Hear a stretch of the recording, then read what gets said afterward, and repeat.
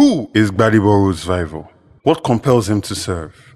Let's listen to his thoughts on morality and corruption in Nigeria. If a system perpetuates corruption, you cannot from that system solve that problem. It's stupid. See, when a person is corrupt, the person is corrupt. And it's more than just what is happening today. You have to look at the example you are setting for the youth that are going to come into power. That's right. If we are looking and we're seeing that people are just doing things anyhow, and you just have to be in the right place at the right time, and all your sins are forgiven, and you can keep all your mansions and your private jets, corruption only gets worse. You know, as an apple is rotting, it just gets worse and worse and worse. So if you don't stem that tide right now and make those corrections, people that are going to come next are going to ruin this country. Because there's no telling where it's going to stop. There's no borders, there's no boundaries. Wow. So as far as I'm concerned, like a gentleman said when he called that, okay, yes, you might have done something before under a past leadership, or under this leadership, you won't be able to get to everything. Exactly. I agree with that. That's fine. But it's still a mediocre situation to be in. It's a realistic situation to be in, not a hopeful situation that brought Buhari in, but that's the situation we're in. You know, there's one last point here. Yes. If somebody goes into position and is looking for what they can get for themselves, that same mind cannot think about elevating the situation for the people. It's completely impossible. True, that's true. You might meet at a middle, but that middle is very mediocre. It's something where we're like, okay, now cars are moving a little more on the road, or some people have more, but it's not excellence. His passion for the welfare of Nigerians. I believe first and foremost, the main problem in this conversation at the moment as it is in Nigeria is that NABDA is already a corrupted institution. It's not looking out for the welfare of Nigerians. It's looking out for the welfare of the big biotech companies. Now, let's leave that aside. Biotechnology is a fascinating field. There are many things that can be done with biotechnology. Now, the important thing is that it is done with the interest of the citizens at heart. You can only achieve that when you independently get to the level of your institutions being scientifically on par with the rest of the world. You cannot be like that and then be depending on other people to tell you that this is safe or this is not safe. Because then you get all the negativity that comes with it. Because if you have the technology to independently assess things yourself, you go through that process differently. Why? Because you're not looking for return on investment. You're not a chemical company that's put so much money in research and development, and all you want to do is sell, sell, sell. Your main interest is, okay, how can I make the lives of Nigerians better? His ideas on healthcare and agriculture. Our president, our senator, our minister of agriculture, when he is sick, he goes for checkup in America. The same does not happen in America. They don't leave their country.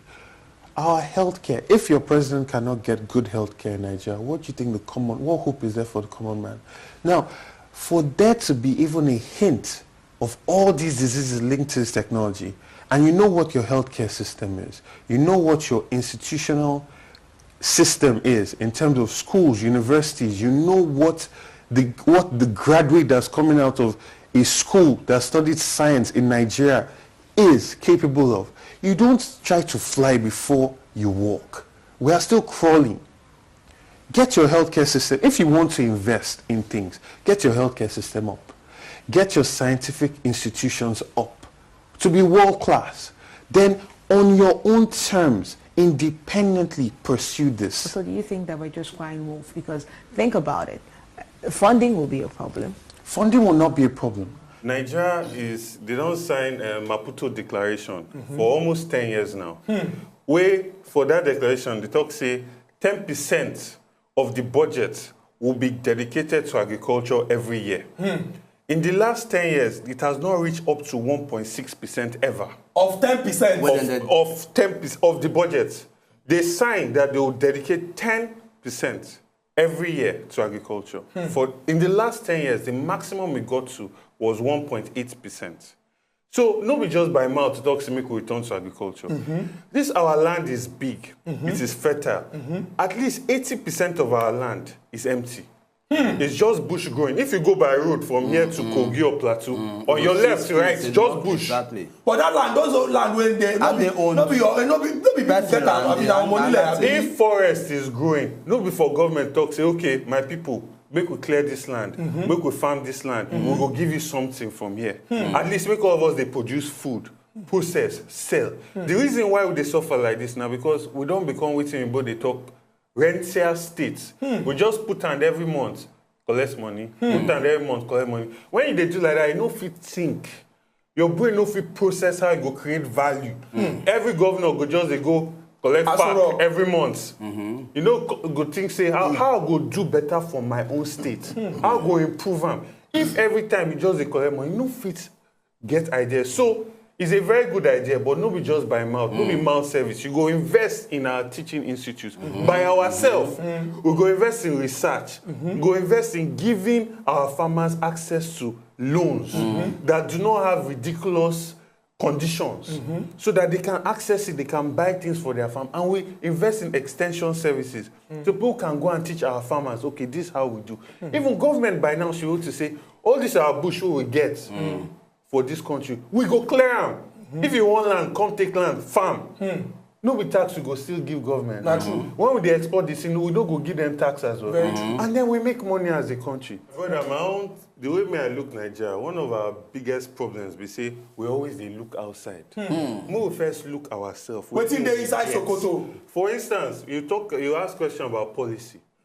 If Presido is serious, for the next 1, 2, 3 years, all NYSC people will be taught farming. You come out, all the NYSC members, they go to farm. The government to clear all this land on the side of the road. Clear it. There is a fine camp set up there. You go there. If you're an engineer, you partner with a company like Innocent. Innocent, can you make us low-tech tractor? There's bicycle that you can be driving and spraying things. Innocent will come. Teach our engineers there how to make low-tech tractor. Let us learn and do everything by ourselves. And then we'll move forward. Do you understand? So that's the thing, that's the angle that me will first look at. If you go and say you want to look, somebody bring something for me, bring something. There is something that they too they must gain. And sometimes what they are gaining is not in your interest. Gbadebo Rhodes-Vivour is a young Nigerian that's passionate about inclusive growth and development for all Nigerians, not just the rich. Trained at some of the best schools in the world, he's an architect, activist, and public policy specialist. GRV is tired of complaining from the sidelines. Indeed, he has taken a stand to be the change he wants Lagos to be. Starting with Ikeja, let's stand with GRV. Together, we'll make a difference. Kowa Party! Together we make a difference.